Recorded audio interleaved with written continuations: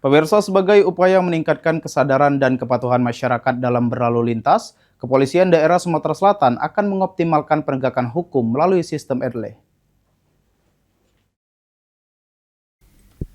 Polda Sumatera Selatan akan mengaktifkan kembali sistem etle baik yang bersifat statis maupun etle handheld untuk mendukung penindakan terhadap berbagai pelanggaran lalu lintas.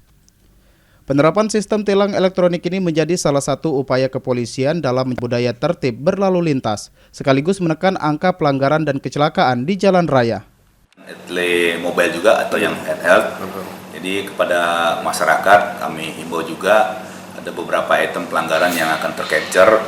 Mungkin itu yang harus kita sama-sama perhatikan supaya kita juga sama-sama selamat di jalan, baik kita yang selamat maupun pengguna jalan yang lain. Direktur Lalu Lintas Polda Sumatera Selatan Kombes Pol Roberto Pardede juga mengatakan, selain mengedepankan penegakan hukum, kepolisian juga akan memperkuat edukasi kepada masyarakat melalui program pendidikan sadar berlalu lintas.